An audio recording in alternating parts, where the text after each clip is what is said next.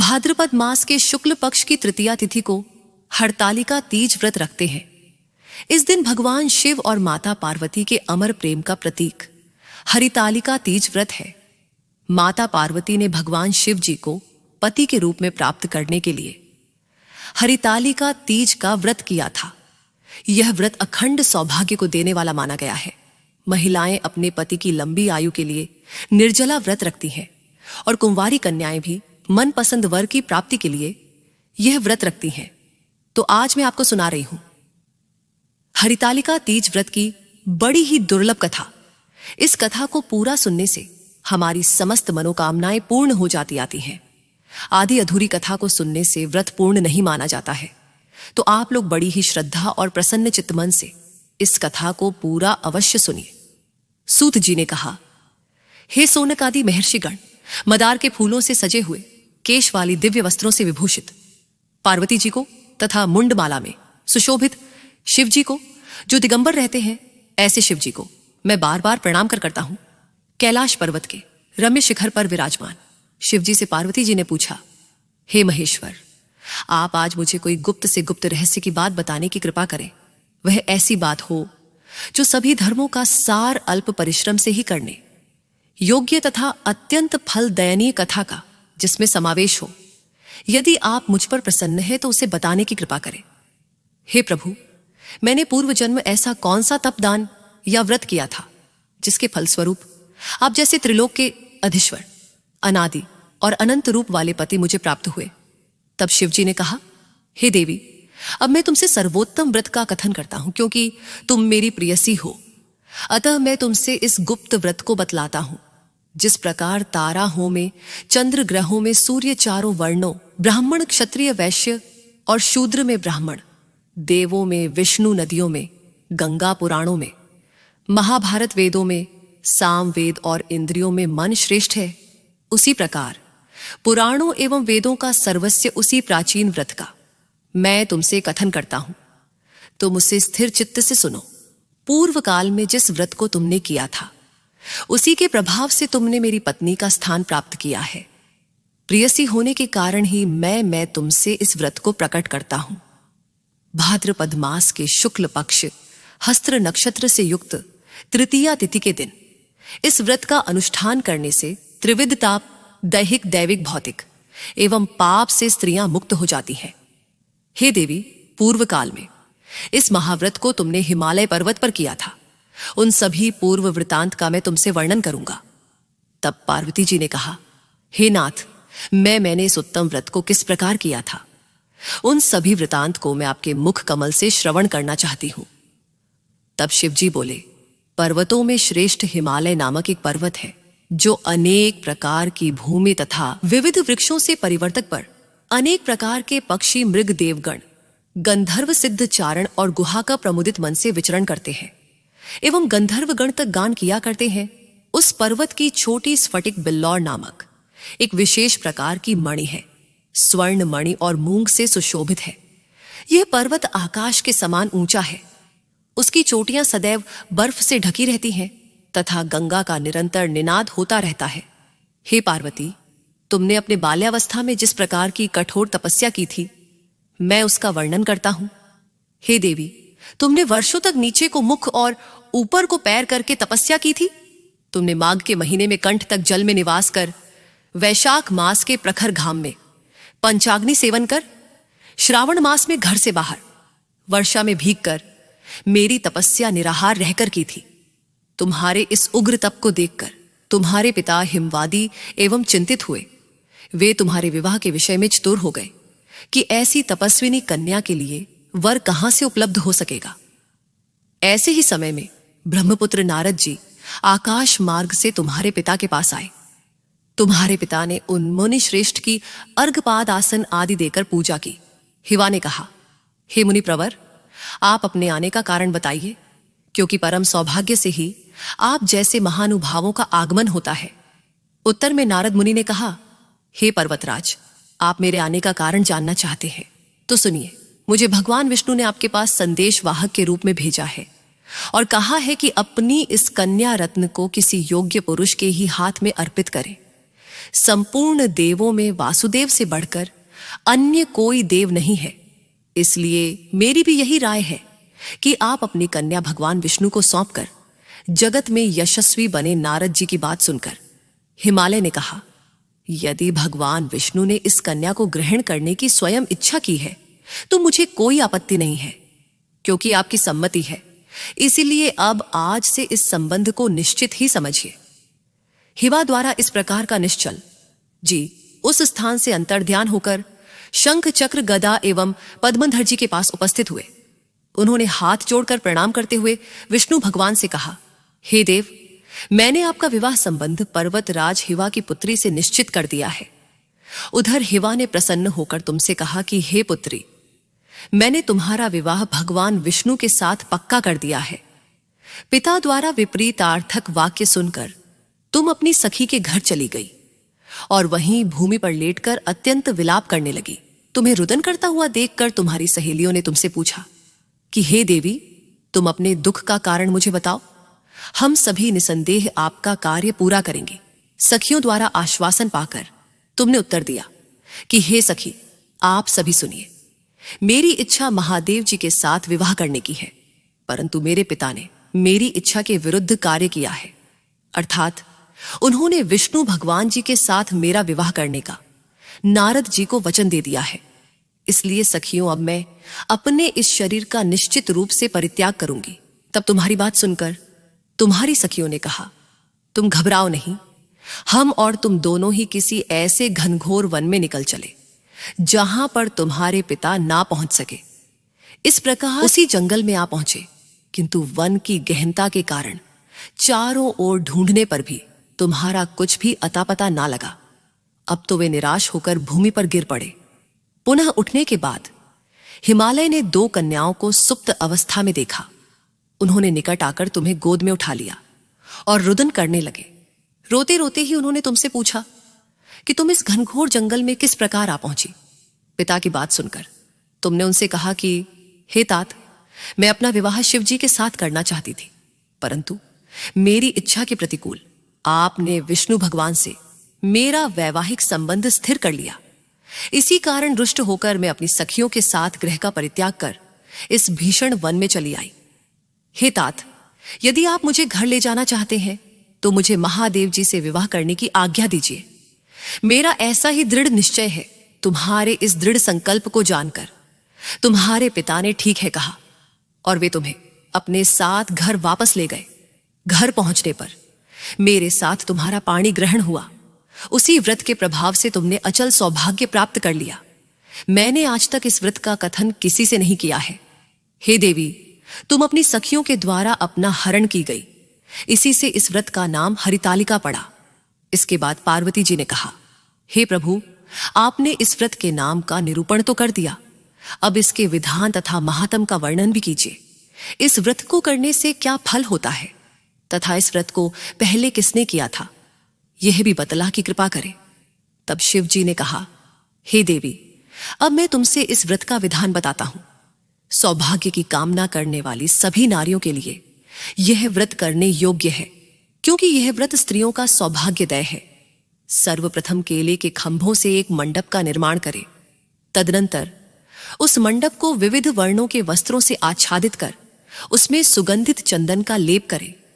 फिर उसमें पार्वती सहित मेरी बालू की मूर्ति बनाकर स्थापित करें और शंख, भेरी, मृदंग आदि बाजों को बजाकर विविध प्रकार के सुगंधित पुष्पों एवं नैवेद्य आदि चढ़ाकर मेरी पूजा करें। पूजन के बाद उस दिन रात्रि में जागरण करें। सुपड़ी, जामुन, मसंब, नारंगी आदि का भोग अर्पित करें। नारियल के जल से अभिषेक करें। 5 मुख वाले शांति स्वरूप एवं त्रिशूलधारी शिव को मेरा नमस्कार है, ऐसा कहकर नमन करें। नंदी, भृंगी, महाकाल आदि गणों से युक्त शिव को मेरा नमस्कार है तथा सृष्टि स्वरूपिणी प्रकृति रूप शिव की कांता पार्वती को मेरा नमस्कार है।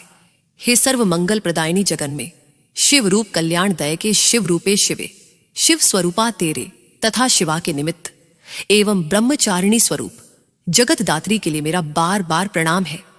हे सिंहवाहिनी, आप भवताप से मेरा त्राण करें। हे महेश्वरी, आप भवताप से मेरा त्राण करें। हे माहेश्वरी, आप मेरी संपूर्ण इच्छाएं पूर्ण करें। हे मातेश्वरी, मुझे राज्य सौभाग्य संपत्ति प्रदान करें। इस प्रकार कहकर मेरे साथ तुम्हारी पूजा स्त्रियों को करनी चाहिए। विधिवत कथा श्रवण करने के पश्चात सामर्थ्य के अनुसार ब्राह्मण को अन्य वस्त्र एवं धन प्रदान करे। तदनंतर भूयशी दक्षिणा देकर संभव हो तो स्त्रियों को आभूषण आदि भी दे। इस सौभाग्य वर्धिनी पुनीत कथा को अपने पति के साथ श्रवण करने से नारियों को महान फल की उपलब्धि होती है। हे देवी, इस विधि से जो स्त्रियां इस व्रत को करती हैं, उन्हें 7 जन्मों तक राज्य सुख एवं सौभाग्य प्राप्त होता है। व्रत के दिन जो नारी अन्न का आहार ग्रहण करती है, वह 7 जन्म तक संतानहीनता एवं विधवा होती है। जो स्त्री उपवास नहीं करती, वह दरिद्री पुत्र शोक से दुखी एवं झगड़ालू होती है तथा नरक वास करके दुख भोग है। जो नारी इस व्रत के दिन भोजन करती है, उसे सकरी दुग्ध पान करने से, सर्पण जल का पान करने से जोग अथवा मछली मिष्ठान भक्षण करने से चींटी आदि योनि में जन्म लेना पड़ता है। अनुष्ठान की समाप्ति पर नारियों को चाहिए कि वे चांदी, सोने, तांबे अथवा इन सभी के भाव में बांस की डलिया में वस्त्र, फल, पकवान आदि रखकर दक्षिणा के साथ ब्राह्मण को दान करें। अंत में दूसरे दिन व्रत का पारण करें। जो नारियां इस विधि से व्रत का अनुष्ठान करती हैं, वे तुम्हारे समान अनुकूल पति को प्राप्त कर इस लोक में सभी सुखों का उपभोग करती हुई अंत में सायुज मुक्ति प्राप्त करती है। इस कथा के श्रवण कर लेने से ही स्त्रियां हजारों अश्वमेघ यज्ञ एवं सैकड़ों यज्ञ के करने का फल प्राप्त करती है। हे देवी, मैंने तुमसे इस सर्वोत्तम व्रत का कथन किया, जिसके करने से करोड़ों यज्ञ का फल सहज ही प्राप्त होता है। अतः इस व्रत के फल का वर्णन सर्वथा अकथनीय है। आइए अब मनोकामनाओं को पूर्ण करने वाली भगवान शिव और माता पार्वती की बड़ी ही दुर्लभ कथा को सुनते हैं। इस कथा को सुनने से ही व्रत पूर्ण माना जाता है। एक बार की बात है, माता पार्वती शिव जी को पति रूप में प्राप्त करने के लिए घोर तप कर रही थी। उनके तप को देखकर देवताओं ने शिव जी से देवी की मनोकामना को पूर्ण करने की प्रार्थना की। शिव जी ने पार्वती जी की परीक्षा लेने सप्तराशियों को भेजा। सप्तराशियों ने शिव जी के सैकड़ों अवगुण गिनाए, पर पार्वती जी को महादेव के अलावा किसी और से विवाह मंजूर नहीं था। सज्जनों, विवाह से पहले सभी वर अपनी भावी पत्नी को लेकर आश्वस्त होना चाहते हैं। इसलिए शिवजी ने स्वयं भी पार्वती जी की परीक्षा लेने की ठानी। भगवान शंकर प्रकट हुए और पार्वती जी को वरदान देकर अंतर ध्यान हुए। इतने में पार्वती माता जहां तप कर रही थी, वहीं पास में तालाब में मगरमच्छ ने एक लड़के को पकड़ लिया। लड़का जान बचाने के लिए चिल्लाने लगा। पार्वती जी से उस बच्चे की चीख सुनी नहीं गई। द्रवित हृदय होकर वह तालाब पर पहुंची, देखती है कि मगरमच्छ लड़के को तालाब के अंदर खींचकर ले जा रहा है। लड़के ने देवी को देखकर कहा, मेरी ना तो मां है, ना बाप, ना कोई मित्र। माता, आप मेरी रक्षा करें। पार्वती जी ने कहा, हे मगरमच्छ, इस लड़के को छोड़ दो। मगरमच्छ बोला, दिन के छठे पहर में जो मुझे मिलता है, उसे अपना आहार समझकर स्वीकार करना मेरा नियम है। ब्रह्मदेव ने दिन के छठे पहर इस लड़के को भेजा है, मैं इसे क्यों छोड़ूं? पार्वती जी ने विनती की, तुम इसे छोड़ दो। बदले में तुम्हें जो चाहिए वह मुझसे कहो। मगरमच्छ बोला, एक ही शर्त पर मैं इसे छोड़ सकता हूं। आपने तप करके महादेव जी से जो वरदान लिया है, यदि उस तप का फल मुझे दे दो तो मैं इसे छोड़ दूंगा। पार्वती जी तुरंत तैयार हो गई। उन्होंने कहा, मैं अपने तप का फल तुम्हें देने को तैयार हूं, लेकिन तुम इस बालक को छोड़ दो। मगरमच्छ ने समझाया, सोच लो देवी, जोश में आकर संकल्प मत करो। हजारों वर्षों तक जैसा तप किया है, वैसा देवताओं के लिए भी संभव नहीं है। उसका सारा फल इस बालक के प्राणों के बदले चला जाएगा। पार्वती जी ने कहा, मेरा निश्चय पक्का है, मैं तुम्हें अपने तप का फल देती हूं, तुम इसको जीवन दे दो। मगरमच्छ ने पार्वती जी से तप दान करने का संकल्प करवाया। तप का दान होते ही मगरमच्छ का देह तेज से चमकने लगा। मगर बोला, हे पार्वती, देखो तप के प्रभाव से मैं तेजस्वी बन गया हूं। तुमने जीवन भर की पूंजी एक बच्चे के लिए व्यर्थ कर दी। चाहो तो अपनी भूल सुधारने का एक मौका और दे सकता हूं। पार्वती जी ने कहा, हे ग्रह, तब तो मैं पुनः कर सकती हूं, किंतु यदि तुम इस लड़के को निगल जाते तो इसका जीवन वापस नहीं मिल सकता था। देखते ही देखते वह लड़का अदृश्य हो गया, मगरमच्छ भी लुप्त हो गया। पार्वती जी ने विचार किया, मैंने तप तो दान कर दिया है, अब पुनः तप आरंभ करूंगी। पार्वती जी ने फिर से तप करने का संकल्प किया। भगवान सदाशिव फिर से प्रकट होकर बोले, पार्वती, भला अब क्यों तप कर रही हो? पार्वती जी ने कहा, प्रभु, मैंने अपने तप का फल दान कर दिया है। आपको पति रूप में पाने के संकल्प के लिए मैं फिर से वैसा ही घोर तप कर आपको प्रसन्न करूंगी। महादेव जी बोले, मगर मच्छ और लड़के दोनों रूपों में मैं ही था। तुम्हारा चित्त प्राणी मात्र में अपने सुख दुख का अनुभव करता है या नहीं, इसकी परीक्षा लेने को मैंने यह लीला रची थी। अनेक रूपों में दिखने वाला ला मैं एक ही हूं। मैं अनेक शरीरों में, शरीरों से अलग निर्विकार हूं। तुमने अपना तप मुझे ही दिया है, इसलिए अब और तप करने की कोई जरूरत नहीं है। देवी ने महादेव को प्रणाम कर प्रसन्न मन से विदा किया। बोलिए शंकर पार्वती भगवान की जय। आइए अब मनोकामनाएं को पूरी करने वाली दूसरी कथा को भी सुनते हैं। नारद जी ने एक बार भोलेनाथ जी की स्तुति करके पूछा, प्रभु, आपको प्रसन्न करने के लिए सबसे उत्तम और सुलभ साधन क्या है? हे त्रिलोकीनाथ, आप तो निर्विकार और निष्काम हैं। आप सहज ही प्रसन्न हो जाते हैं। फिर भी मेरे जानने की इच्छा है कि आपको क्या प्रिय है। तब शिवजी बोले, नारद जी, वैसे तो मुझे भक्त के भाव सबसे प्रिय है, फिर भी आपने पूछा है तो मैं बताता हूं। मुझे जल के साथ साथ बिल्व पत्र बहुत प्रिय है। जो अखंड बिल्व पत्र मुझे श्रद्धा से अर्पित करते हैं, मैं उन्हें अपने लोक में स्थान देता हूं। नारद जी भगवान शंकर और माता पार्वती की वंदना कर अपने लोक को चले गए। उनके जाने के पश्चात पार्वती जी ने शिव जी से पूछा, हे प्रभु, मेरी यह जानने की बड़ी तीव्र इच्छा हो रही है कि आपको बेलपत्र इतना प्रिय क्यों है। कृपा करके मेरी जिज्ञासा को शांत करिए। तब शिव जी बोले, हे शिवे, बिल्व के पत्ते मेरी जटा के समान है। उसका त्रिपत्र यानी 3 पत्ते ऋग्वेद, यजुर्वेद और सामवेद है। शाखाएं समस्त शास्त्र का स्वरूप है। बल्व वृक्ष को आप पृथ्वी का कल्प वृक्ष समझे, जो ब्रह्मा विष्णु शिव स्वरूप है। हे पार्वती, स्वयं महालक्ष्मी ने शैल पर्वत पर बिल्वम रूप में जन्म लिया था। इस कारण भी बेल का वृक्ष मेरे लिए अति प्रिय है। महालक्ष्मी ने बिल्व का रूप धरा। यह सुनकर पार्वती जी कौतूहल में पड़ गई। पार्वती जी कौतूहल से उपजी जिज्ञासा को रोक ना पाई। उन्होंने पूछा, देवी, लक्ष्मी ने आखिर बल्व वृक्ष का रूप क्यों लिया? आप यह कथा विस्तार से कहें। भोलेनाथ ने देवी पार्वती को कथा सुनाना शुरू किया। हे देवी, सतयुग में ज्योति रूप में मेरे अंश का रामेश्वर लिंग था। ब्रह्मा आदि देवों ने उसका विधिवत पूजन अर्चन किया था। इसका परिणाम यह हुआ कि मेरे अनुग्रह से वाणी देवी सबकी प्रिय हो गई। वह भगवान विष्णु को सतत प्रिय हो गई। मेरे प्रभाव से भगवान केशव के मन में वाग देवी के लिए जितनी प्रीत उपजी हुई, वह स्वयं लक्ष्मी जी को नहीं, भाई लक्ष्मी देवी का श्री हरि के प्रति मन में कुछ दुराव पैदा हो गया। वह चिंतित और रुष्ट होकर चुपचाप परम उत्तम श्री शैल पर्वत पर चली गई। वहां उन्होंने तप करने का निर्णय किया और उत्तम स्थान का चयन करने लगी। महालक्ष्मी ने उत्तम स्थान का निश्चय करके मेरे लिंग विग्रह की उग्र तपस्या प्रारंभ कर दी। उनकी तपस्या कठोरतम होती जा रही थी। हे परमेश्वरी, कुछ समय बाद महालक्ष्मी जी ने मेरे लिंग विग्रह से थोड़ा धर्म में एक वृक्ष का रूप धारण कर लिया। अपने पत्तों और पुष्प द्वारा निरंतर मेरा पूजन करने लगी। इस तरह महालक्ष्मी ने 1 करोड़ वर्ष तक घोर आराधना की। अंततः उन्हें मेरा अनुग्रह प्राप्त हुआ। मैं वहां प्रकट हुआ और देवी से इस घोर तप की आकांक्षा पूछकर वरदान देने को तैयार हुआ।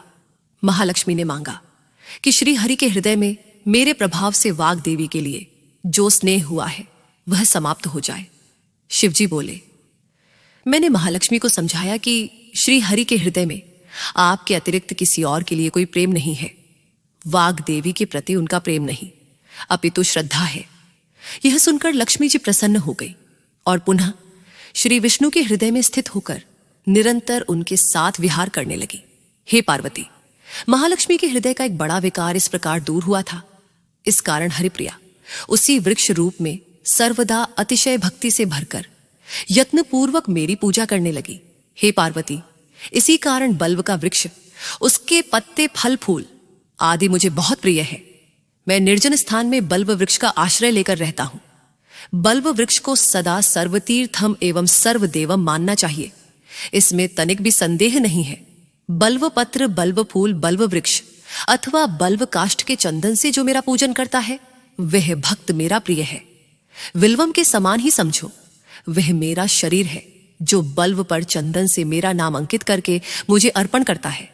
मैं उसे सभी पापों से मुक्त करके अपने लोक में स्थान देता हूं। हे देवी, उस व्यक्ति को स्वयं लक्ष्मी जी भी नमस्कार करती है जो बल्व से मेरा पूजन करते हैं। जो बल्व मूल में प्राण छोड़ता है, उसको रुद्र देह प्राप्त होता है, और ऐसे मनुष्य पर सदैव ही मां लक्ष्मी की कृपा रहती है, और साथ साथ भगवान नारायण की भी कृपा उसको सदैव प्राप्त होती है।